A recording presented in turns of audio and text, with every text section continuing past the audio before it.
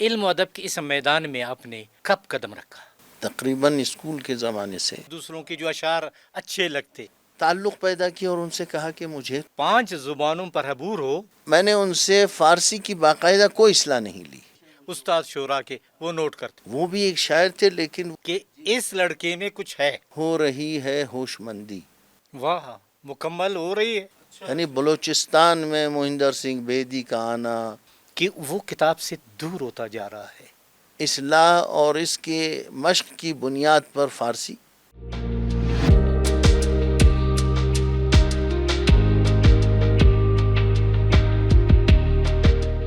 بسم اللہ الرحمن الرحیم. السلام علیکم.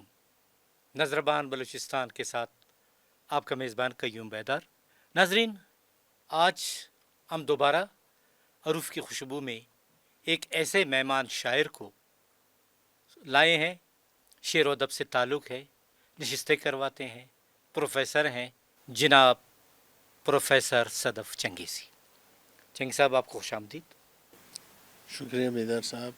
پہلے تو یہ بتائیں کہ علم و ادب کے اس میدان میں آپ نے کب قدم رکھا؟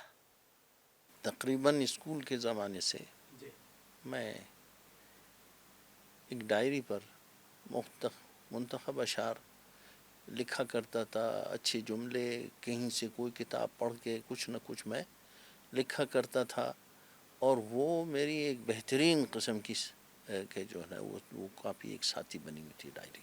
یعنی بچپن سے دوسروں کے جو اشعار اچھے لگتے، اچھے مجھے استاد شعراء کے وہ نوٹ کرتے تھے. اور پھر کبھی کبھی ترنگ میں گانوں کے انداز میں گنگنا کر کچھ الٹے سیدھے شعر بھی کہہ دیتے تھے، اور پھر اس پہ بولے جی ہم نے شعر کہا ہے، اور بڑے خوش ہوتے تھے. تو بہرحال پھر آہستہ آہستہ ہوتے ہوتے ہوتے ہوتے جب میں مختلف کالج سے گزرتا ہوا پھر یونیورسٹی تک پہنچا، تو اس دوران کوئٹہ میں ادبی نشستیں، ادبی مشاعرے بہت ہوتے تھے. اس زمانے میں ماہر افغانی زندہ تھے، عین سلام تھے، عطا شاد تھے، عابد شاہ عابد تھے، بہت سارے شعراء تھے، عابد رضوی تھے مرحوم مغفور. تو ان زمانے میں ان کے ساتھ بیٹھ کے رفیق راز ان کے ساتھ ہم مشاعرے کیا کرتے تھے. تو اس زمانے میں ہم نے ایک انجمن بنائی تھی کہ بزم فکر نو کے نام سے. بزم فکر بہت فعال، اس میں ہم کافی نوجوان اس میں شامل تھے، اور اس میں ہم مشاعرے کیا کرتے تھے، پروگرام کرایا کرتے تھے. تو اس دوران وہ اس قدر مشہور ہوا تھا، وہ انجمن اتنی مشہور ہو گئی تھی کہ پورے پاکستان سے ہمیں اہل قلم کے خطوط آتے تھے کہ یہ بہت اچھا کام کر رہے ہیں، یہ کر رہے ہیں. تو اس دوران ہماری ملاقات ایک شاعر تھے یہاں پر پنجاب سے آئے ہوئے تھے، وہ نعرہ حق میں وہ کام کرتے تھے، منور ہاشمی نام تھا ان کا. تو ان سے میں نے تعلق پیدا کیا اور ان سے کہا کہ مجھے آپ تھوڑا سا اس سلسلے میں گائیڈ کریں، اصلاح دیں. تو گویا میں ایک طرح کا شاگرد ان کا بننے کی. تو انہوں نے کہا ٹھیک ہے آپ آ جائیں. تو میں نے اپنی ایک غزل جو جس طرح سے کہی تھی ان کے سامنے وہ لے گیا، تو وہ تھوڑے بہت اس نے اس کو نوک پلک درست کر کے میرے حوالے کیا. دوسری غزل دیکھی، تیسری غزل کی نوبت نہیں آئی کیونکہ وہ یہاں سے ٹرانسفر ہو گئے، ٹرانسفر نہیں چلے گئے، اور پتہ چلا کہ سعودی عرب چلے گئے. اچھا. اور تو میں بڑا فکر مند ہوا کہ میں نے کہا یار یہ تو بہت برا ہوا، یہ کیا ہوگا. پھر اچانک اس دوران میں ہماری ملاقات استاد رشید انجم سے ہوئی. تو یہ طریقہ کار کیا تھا کہ سرور ایک جو ہے غلام سرور جاوید، وہ بھی ایک شاعر تھے لیکن وہ مشینوں کا کام کرتے تھے، مشینوں کو ٹھیک کرنے کا. یہ وفا روڈ پر. تو وہاں میں ان کے پاس جایا کرتا تھا عموماً، کام وام سے دوست تھے. تو وہاں بیٹھا ہوا تھا. میں نے کہا یار یہ سلسلہ ہے. انہوں نے کہا کوئی مسئلہ نہیں, آپ بیٹھ جائیں, ابھی ہمارے استاد آتے ہیں, ان سے آپ کی ملاقات کراتا ہوں میں.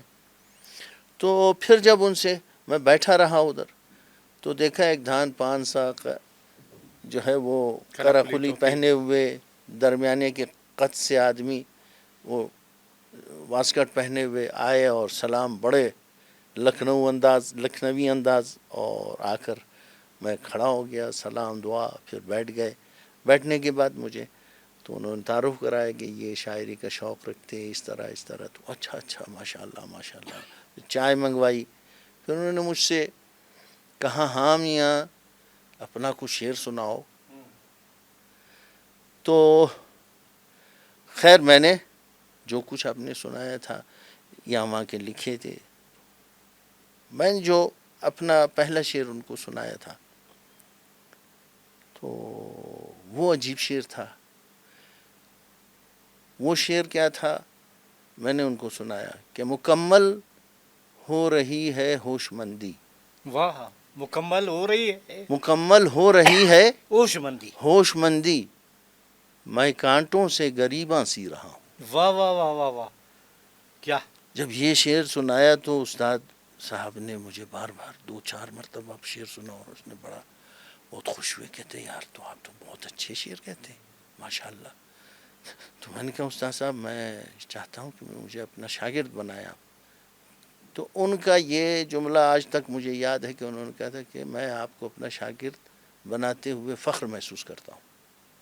مطلب انہوں نے دیکھ لیا کہ جی, اس لڑکے میں کچھ ہے, کچھ مطلب اسپارک ہے, ایسا شعر کہہ سکتے ہیں. پھر اس کے بعد میں ان کے شاگرد باقاعدہ ہوا. ان کے شاگرد بننے کا طریقہ یہ تھا کہ مٹھائی لے جا کر پھر وہ اس پہ کچھ پڑھتے تھے, دعا کرتے تھے, سارے بیٹھ جاتے تھے, اس میں سے اپنے ہاتھ سے ایک مٹھائی لے کے وہ منہ میں ڈالتے تھے. پھر اس کے بعد سب کو میں مٹھائی کھلا کے بس شاگردوں میں شامل ہو گیا.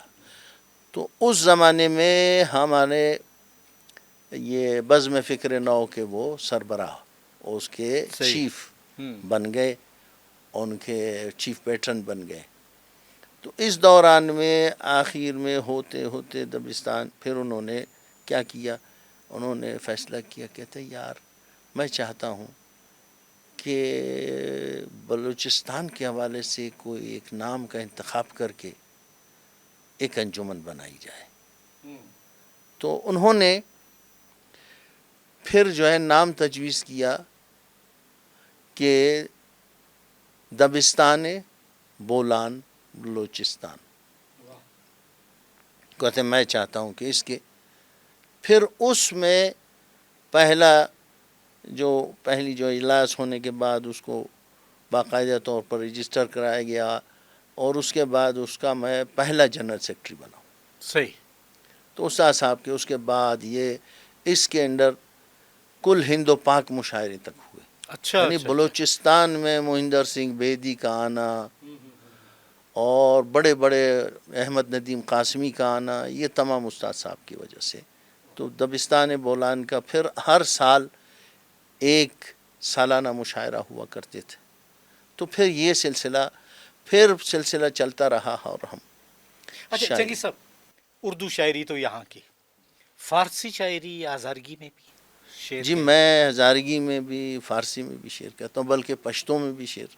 ماشاء اللہ, یہ تو آپ شاعر 4 زبان ہیں. جی ویسے کہتا ہے کہ اگر کوئی کسی کو 5 زبانوں پر عبور ہو, جی ٹھیک ہے نا, تو وہ افت زبان کہلاتا ہے. افت زبانہ, بالکل ٹھیک ہے نا. جی. اور بلوچستان کے حوالے سے تو یہاں عام لوگوں کے بارے میں مشہور ہے کہ یہاں جو ہے حفظ زبان ایک آدمی جانتا ہے. بالکل, ابھی بالکل میں خود 8 زبانیں جانتا ہوں. جی بالکل, اس میں کوئی شک نہیں. اچھا یہ بتائیں کہ جب فارسی شاعری آپ نے شروع کی ہزارگی, اس میں بھی آپ کے اساتذہ کچھ تھے؟ میرے اساتذہ کچھ, میرے استاد رشید انجم کے اپنے جو فارسی میں بھی ان کو اچھی خاصی دستگاہ تھی. بالکل.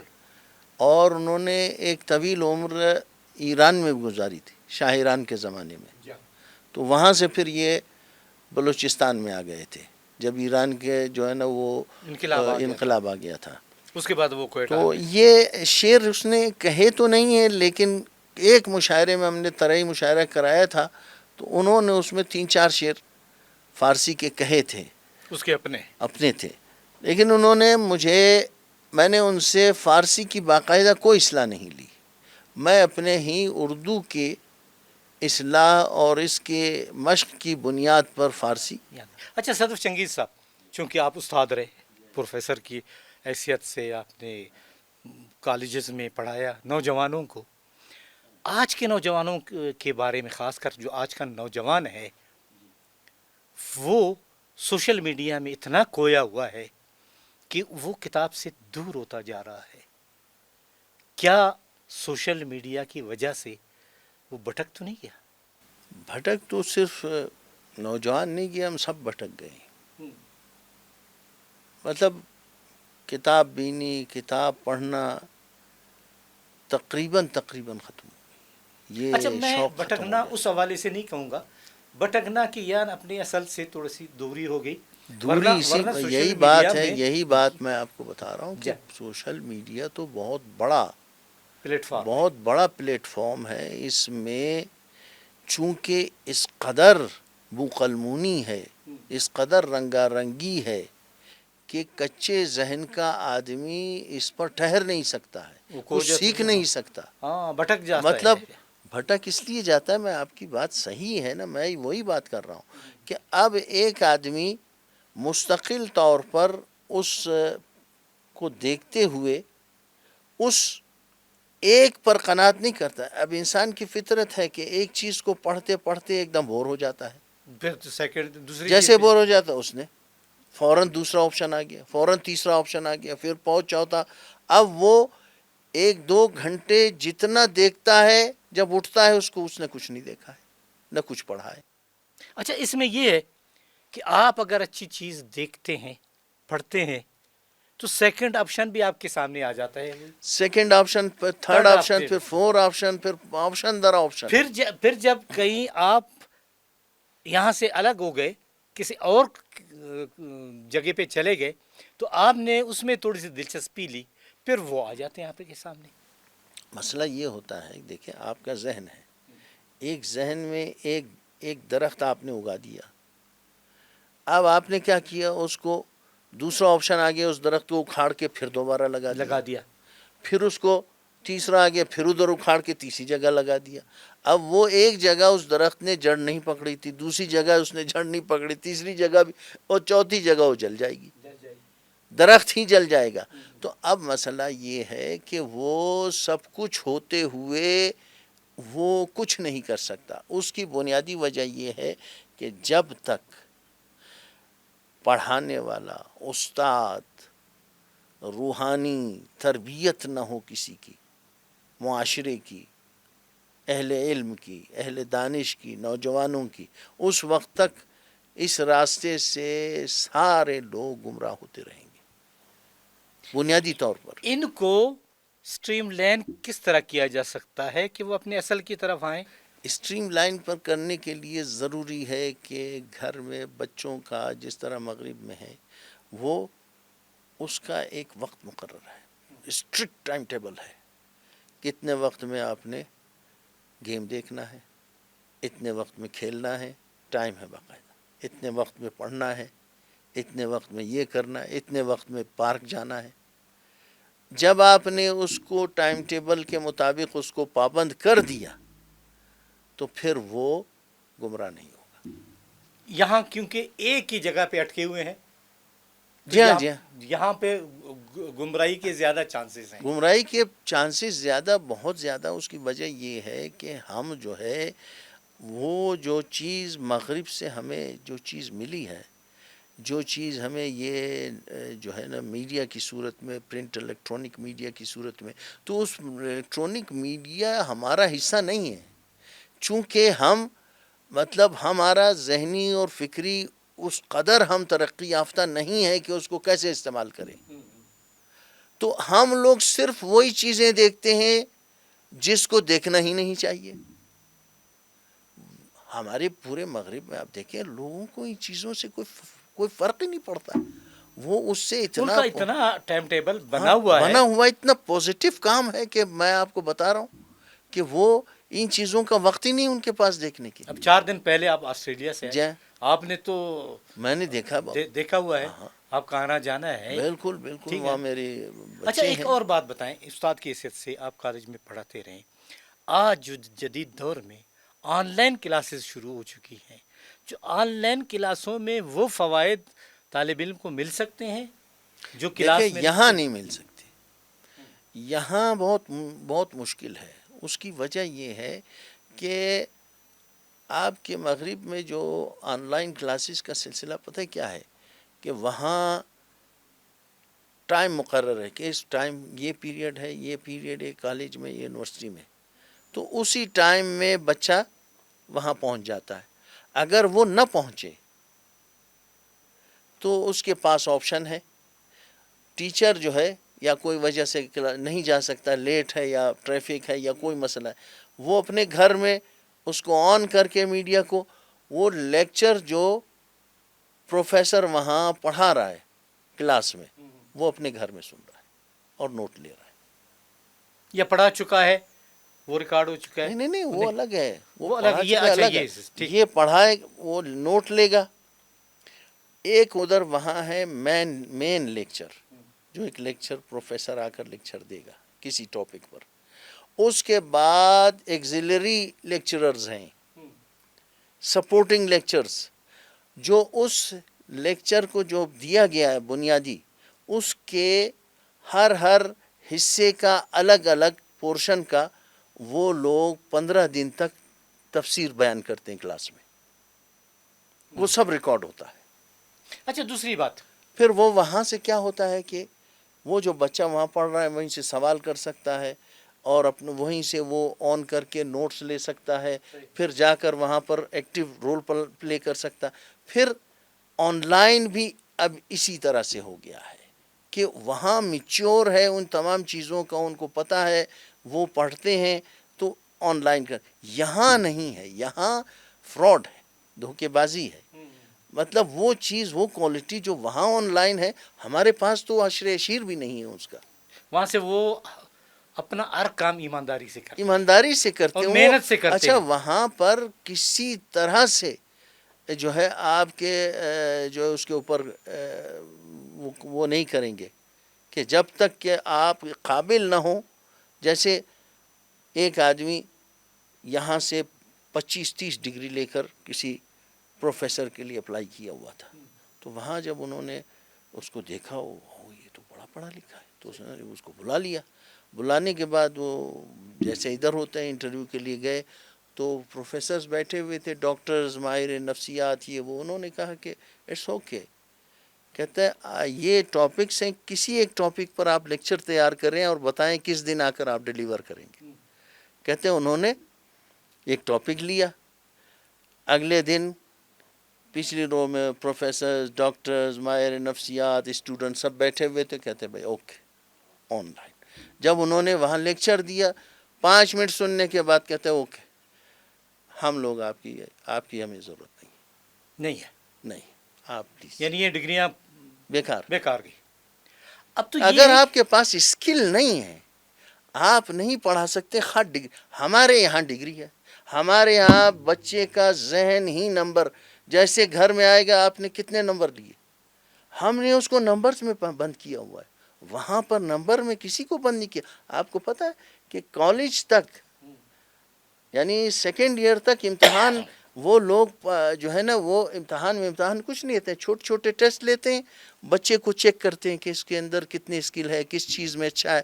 پھر جس چیز میں وہ بچہ بہتر ہوگا اسی لائن میں اس کو لے جائیں گے. وہ ڈگری کو نہیں دیکھتے, وہ اسکل کو دیکھتے ہیں, اسکل کو دیکھتے ہیں, آپ کی قابلیت کو دیکھتے ہیں, قابلیت کو دیکھتے ہیں. اور اس کے بعد آپ کو آپ جاب کو کی آگے آفر ہو جاتی ہے. وہ پھر کریم نکل آتا ہے. ہمارے یہاں یہ نہیں, ہم نے اس کو نمبر میں پہلے دن سے اسکول میں بیچتے ہیں, آپ نے جو ہے نا 100 میں 100 نمبر لینا ہے, چاہے رٹا لگایا, کچھ بھی کرو. تو اب لازمی بات ہے, ہم نے ایک بچے کے ذہن کو بنایا ہوا کہ جتنا بچہ نمبر لے گا اتنا ہی بڑا ہوگا, تو ہم نے اس کو ذہن کو نمبر میں بند کر دیا نا, تو اس کو علم میں بند نہیں کیا. اب اس کو پتہ ہی نہیں, مطلب جتنا نمبر لیں, اب وہ پریکٹیکل لائف میں ناکام ہو جاتا ہے.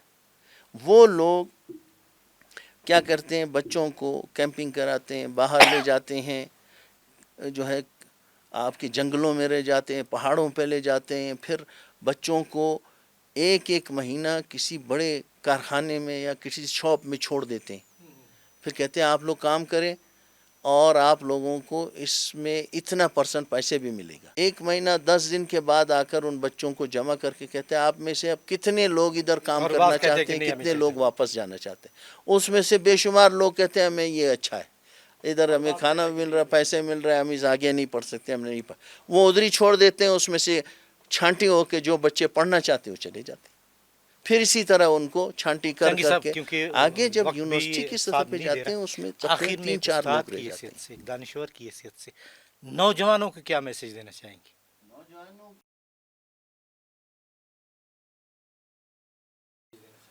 نوجوانوں کو میری میسج میرا یہ ہے کہ دیکھو، ایک تو کسی بہترین آپ کے مزاج کے مطابق استاد تلاش کریں، استاد سے ہر حال میں اصلاح لیں، استاد سے صرف تربیت لیں، اور استاد کی بنیادی خصوصیت یہ ہو کہ وہ مخلص ہو۔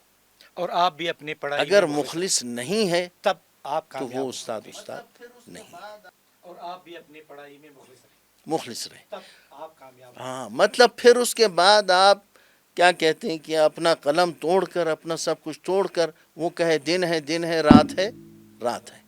جب آپ نے اس طرح کی، اس کے بعد پھر آپ کے اندر ایک ٹریننگ کی صلاحیت پیدا ہو جائے گی کہ آپ مطلب باتوں کو سمجھنے کے قابل ہو جائیں۔ کیونکہ آپ بات بتائیں کہ مجھے ایک یہاں پر جی بالکل، بہت ہمارے بڑے استاد تھے۔ اسکالر کا انتقال ہوا، چلے گئے پنجاب، وہ انعام الحق کوثر۔ وہ کہتے پتہ ہے کیا کہتے کہ ایک دفعہ میں پی ایچ ڈی کرنے کے لیے کلمی جاتا نسخے۔ تھا، کہتے کسی جگہ وہ مسودات نہیں لکھے ہوئے ہاتھوں سے، کہتے قلمی نسخوں کو نکال کر کہتے وہاں بٹھا کر ہمیں کہتے تھے اس کو پڑھو۔ کہتے وہ بہت مشکل تھا ان کو پڑھنا۔ کہتے پھر وہ بڑی مدھم اور دھیمی، کہتے ہمیں وہ پھر وہ دیتے تھے میگنیفائنگ گلاس، اس سے پڑھو اور اس کو ری رائٹ کر دو۔ کہتے ہم 10 گھنٹے، کہتے بعد میں پتہ چلا کہ وہ ہمیں صحیح ٹریننگ تھی۔ بیٹھنے، پڑھنے اور برداشت کرنے کی صلاحیت ہم میں پیدا کر رہے ہیں۔ صحیح ٹریننگ تھی۔ ٹریننگ تھی، کہتے اس کے بعد پھر ہم پوری رات بیٹھ کر لکھتے تھے۔ اب آپ کسی کو بولو پوری رات پڑھیں، ممکن نہیں ہے نا، 2 منٹ 4 منٹ اس کے بعد بھاگ جائے گا۔